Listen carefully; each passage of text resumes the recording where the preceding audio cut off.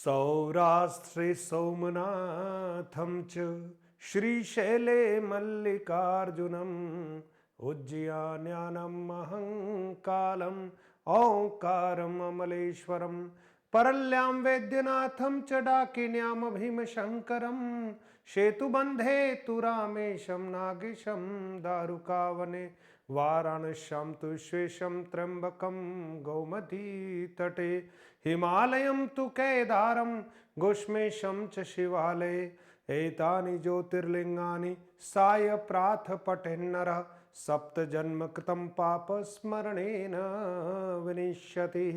बोले भोलेनाथ की जय हो, एकलिंगनाथ बाबा की जय हो, कमलेश्वर महादेव की जय हो, राजा रामचंद्र भगवान की जय हो, मनशापूर्ण बालाजी महाराज की जय हो।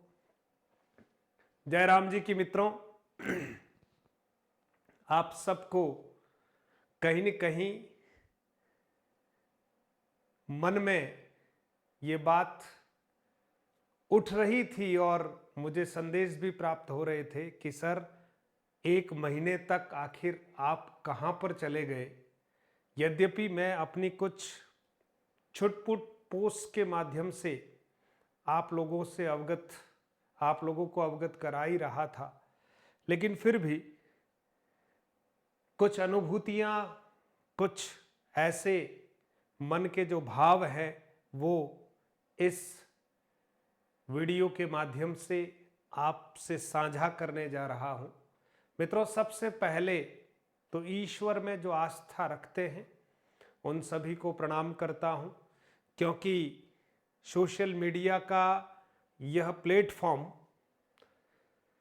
और ये वीडियो अनंत लोगों तक पहुँचेगा तो जिनके हृदय में भाव है, जिनके हृदय में भगवान का वास है, पृथ्वी का, ब्रह्मांड का कोई कण ऐसा नहीं जिसमें ईश्वर का निवास नहीं। आप, मैं या अन्य लोग अलग अलग नामों से उस परम शक्ति को संबोधित करने का साहस करते हैं, और कोई क्या किस नाम से, कोई किस नाम से पुकारता है। देवादिदेव महादेव कहते हैं कि हमारे 33 कोटि जो देवी देवता है उन सब में अगर देवादिदेव है, आदि देव कोई है तो महादेव है। श्रावण के महीने में 12 महीनों का जो पूरा हमारा एक चक्र बनाया हुआ है, वार्षिक चक्र, उसमें श्रावण मास जो है शिव भक्ति के लिए विशेष रूप से उत्तम माह माना गया है। इसका अर्थ ये नहीं है कि अन्य किसी माह में हम शिव की उपासना नहीं कर सकते, ऐसा नहीं है। प्रत्येक दिन, प्रत्येक पल, प्रत्येक क्षण शिव आराधना, कृष्ण आराधना, राम आराधना, हनुमंत आराधना या अपने अपने आराध्य देव की आराधना करने के लिए अनुकूल समय है। मित्रों, अरावली की उपत्यकाओं में आवरगढ़ की पहाड़ियां हैं जिनको हम कमलनाथ जी की पहाड़ियों के नाम से भी जानते हैं। कमलनाथ जी की पहाड़ियों में महाराणा प्रताप ने हल्दी घाटी के युद्ध के दौरान जब उन्होंने कुछ समय जंगलों में गुजारा था, ये वे ही आवरगढ़ की पहाड़ियां हैं जहां महाराणा प्रताप ने अपने लाव लश्कर के साथ शरण ली थी। कहते हैं महाराणा कुंभा ने पूरे राजस्थान में और इर्द गिर्द के क्षेत्रों में दुर्गों का निर्माण करवाया था। उसमें से एक दुर्ग का नाम आवरगढ़ दुर्ग भी है। यह आवरगढ़ दुर्ग जो है, जिनको हम कमलनाथ जी की पहाड़ियां कह देते हैं, कमलनाथ जी की पहाड़ियों के बारे में महाराणा प्रताप और महाराणा कुंभा से पूर्व पौराणिक बातों में जब जाते हैं तो ऐसा कहा जाता है कि त्रेता युग में भगवान शिव के महान भक्त रावण ने इस स्थान पर तपस्या की थी और भगवान शिव को प्रसन्न किया था, ऐसी किंवदंती है। और मंदिर में आज भी रावण की पूजा होती है। रावण की प्रतिमा कमलनाथ जी के मंदिर में स्थापित है। जब महाराणा कुंभा ने आवरगढ़ का निर्माण किया, उसी समय आवरगढ़ के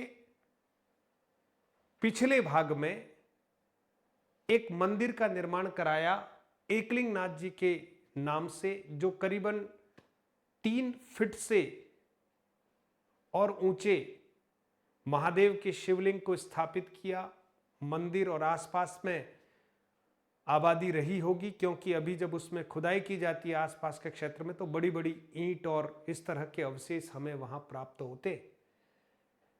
और महाराणा प्रताप ने भी, क्योंकि मेवाड़ के अधिपति श्री एकलिंग नाथ जी हैं, और उस समय जब वो जंगलों में रह रहे थे, तो वहां पर भी आप शिवलिंग के दर्शन कर पा रहे हैं। विशाल शिवलिंग है, स्थापना की महाराणा कुंभा के द्वारा, ऐसा माना जाता है। कोई शिलालेख या ऐसा कुछ वहां उपलब्ध नहीं है, क्योंकि मंदिर धराशायी हो गया। बाद में हो सकता है कुछ आतताइयों ने अपनी ओर से जिस तरह से हर जगह तबाही मचाई, वहां पर भी मचाई होगी निश्चित तौर पर। पुनः मंदिर का जीर्णोद्धार किया जा रहा है, बिल्कुल नींव से लेकर वापस मंदिर बनाया जा रहा है। शिवलिंग जहां स्थापित है वहीं है। और ये जो शिवलिंग है ये आवरगढ़ की पहाड़ियों में है। एक तरफ कमलनाथ जी विराजते हैं, पहाड़ी के दूसरी तरफ यूं कह सकते हैं कि एक अपने देसी भाषा में अगर हम कहें तो खादरे में, है ना, एक ऐसे दर्रे में महादेव स्वयं विराजमान है, जो एकलिंगनाथ महादेव के नाम से है। भव्य शिवलिंग है, और शिवलिंग में एक मुखाकृति है भगवान शिव की। आप शिवलिंग के दर्शन करेंगे इस वीडियो में तो आपको प्रतीत होगा, बड़ा भव्य और अद्भुत शिवलिंग है, जो शायद यदा कदा ही हमें कहीं दिखता होगा। मेरे जीवन की भी एक बहुत बड़ी अनुभूति भगवान श्री एकलिंगनाथ जी के श्री चरणों में रहने की हुई। कोई भी व्यक्ति जो इस प्राचीन स्थल का दर्शन करना चाहता है, महादेव के दर्शन करना चाहता है, तो उदयपुर से लगभग 80 किलोमीटर की दूरी पर यह शिवलिंग और यह मंदिर जो है विद्यमान है। प्राकृतिक छटाएं और अरावली की पहाड़ियां, बड़े बड़े वृक्ष और चारों तरफ से झुरमुट और बड़ा सुरम्य स्थान है, और सड़क मार्ग से बिल्कुल मंदिर तक हम जा सकते हैं। उदयपुर से नेशनल हाईवे नंबर 58E जो झाडोल फलासिया होते हुए गुजरात को जोड़ता है, इस हाईवे पर हम झाडोल से आगे बड़ा एक गांव पड़ता है मगवास, मगवास से आगे एक गांव पड़ता है बड़ा कोलियारी, जो बड़ा ऐतिहासिक गांव है, जहां महाराणा प्रताप के घायल सैनिकों का उपचार हुआ। स्वतंत्रता सेनानी मोतीलाल जी तेजावत की जन्मस्थली रही। और कोलियारी से करीबन 7-8 किलोमीटर आगे जब हम जाएंगे तो हाईवे पर ही एक आमोड़ बस स्टैंड, एक छोटा सा गांव है, अंदर की तरफ गांव है, हाईवे पर कुछ घर दिखाई देंगे आपको इक्के दुक्के। वहीं पर एक संकेतक, एक बोर्ड बना हुआ है एकलिंगनाथ महादेव का, और हाईवे से हमको आमोड़ बस स्टैंड से लेफ्ट में होते हुए हमें मंदिर की तरफ जाना होता है। मुख्य सड़क से यह एक यूं कह सकते हैं कि सिंगल पटरी सड़क है जो मंदिर तक पहुंचती है। लगभग 2-2.5 किलोमीटर सिंगल पटरी है, और हम मंदिर तक पहुंच सकते हैं और दर्शन कर सकते हैं। मित्रों, वर्षों से मन में ये भाव था कि कभी कुछ अच्छा समय निकालकर, ईश्वर ने रोजगार दिया, परिवार दिया, सुख समृद्धि सम्मान पद प्रतिष्ठा सब कुछ दिया, तो मन में एक भाव था कि कोई ऐसा समय कुछ निकाल पाए जिसमें केवल आराधना ही आराधना हो।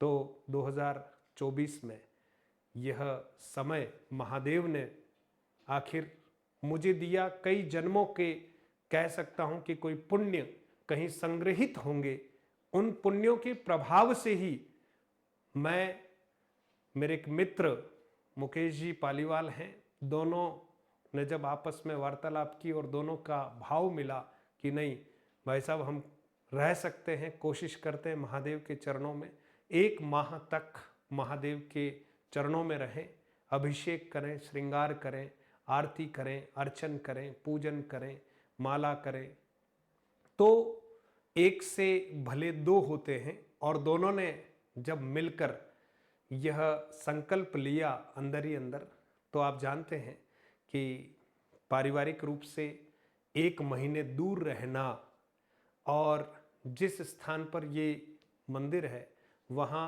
थोड़ा नेटवर्क की भी समस्या है, और ये हमारे लिए बहुत अच्छा रहा कि हम दुनिया से थोड़े दूर रहे। हाँ, मेरा ऑफिस भी वहीं नज़दीक, क्योंकि सैटरडे संडे को मुझे छुट्टी मिलती है।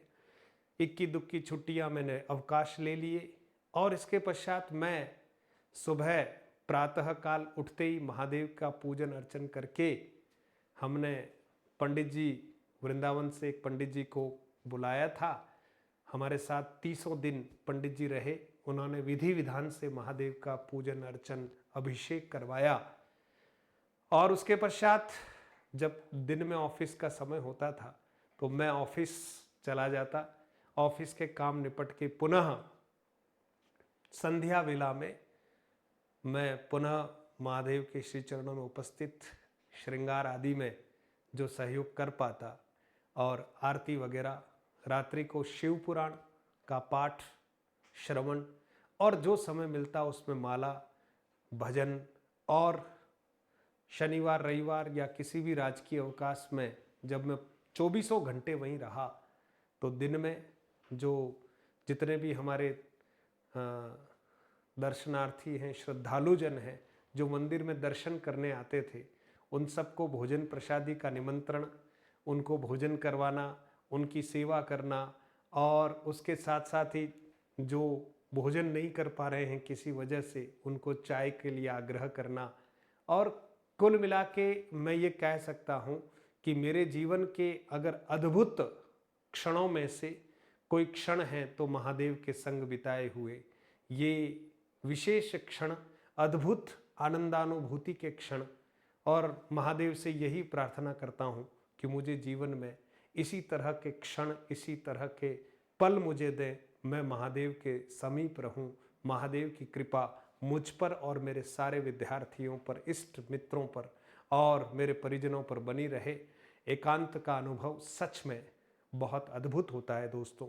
जब जीवन में आपको भी समय मिले तो नाम जप, ध्यान, सच्चे मन से मानवता की सेवा, ईश्वर का भजन, ईश्वर का पूजन, कोई आस्तिक है तो कोई नास्तिक है, कोई मूर्ति की पूजा करता है तो कोई मूर्ति पूजा का प्रतिवाद करता है। सबके अपने अलग अलग नज़रिए हैं, अलग अलग चश्मे हैं। मैं किसी के लिए कुछ नहीं कह रहा।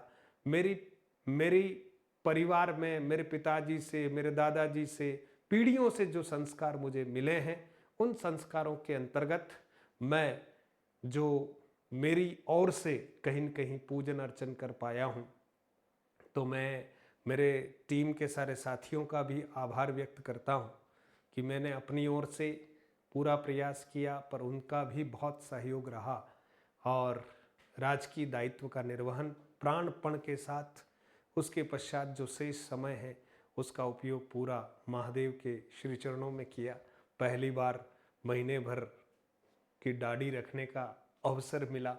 हवन प्रतिदिन हम लोग करते थे, और हमने पूर्णाहुति का जो हवन किया वो लगभग 5-6 घंटे का एक लगातार 11,000 मंत्रों की आहुतियों के साथ हमने एक अंतिम हवन किया, और एक अंतिम भंडारा कह सकते हैं, जिसमें लगभग 3,000 हमारे महादेव भक्तों को आमंत्रित किया, और उनकी सेवा करने का महादेव ने हमको एक मौका दिया।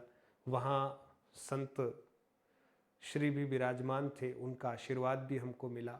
आमोड़ ग्राम के हमारे जो क्षेत्रवासी हैं, उनका असीम स्नेह हमें मिला, और मैं पूरे यकीन के साथ कहता हूँ कि हमारी आस्थाएं, हमारा विश्वास, चाहे कोई कितना ही कमज़ोर करने का प्रयास क्यों न करे, लेकिन हमारा सनातन जो संस्कृति और जो धर्म है वो अपने आप में बड़ा अद्भुत है।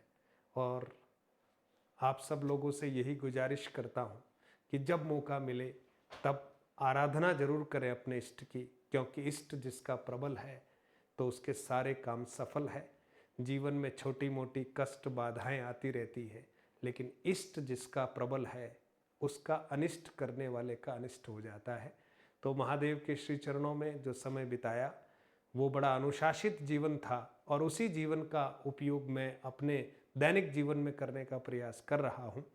इसलिए महादेव एकलिंगनाथ से करबद्ध प्रार्थना करता हूँ कि मुझे फिर उनके श्री चरणों में रहने का अवसर मिले। ये तो एक श्रावण मास बिताया है, ईश्वर ऐसा और समय दे कि हम हर श्रावण मास कुछ अच्छा कर पाएँ, उनके श्री चरणों में खूब रहें, उनकी और मानवता की सेवा कर पाएँ। इन्हीं भावों के साथ सर्वे भवन्तु सुखिनः, सर्वे सन्तु निरामया, सर्वे भद्राणि पश्यन्तु, माँ कश्चित दुर्भाग् भवेत्। मेरे मित्र छोटे भाई मुकेश जी का मैं आभार व्यक्त करता हूँ, क्योंकि उनके सामर्थ्य से ही ये पूरा अनुष्ठान जो है वो संपादित हो पाया। अंश योगदान गिलहरी सा, और उन्होंने पूरे अनुष्ठान को संभाला। महादेव उन्हें खूब समृद्धि दे और उनकी कीर्ति, उनका यश निरंतर बढ़ता रहे, ऐसी मंगल कामनाएं हैं। और आप सबको खूब प्रणाम करते हुए, महादेव के श्री चरणों में नमन करते हुए, एक अद्भुत अनुभूति है जिसको शब्दों में बयां करना शायद संभव नहीं है, फिर भी कुछ दृश्यों के साथ 1 महीने की जो मेरी यात्रा है वो आप तक पहुंचाने का प्रयास किया है। जय महादेव, हर हर महादेव, हर हर महादेव, हर हर महादेव।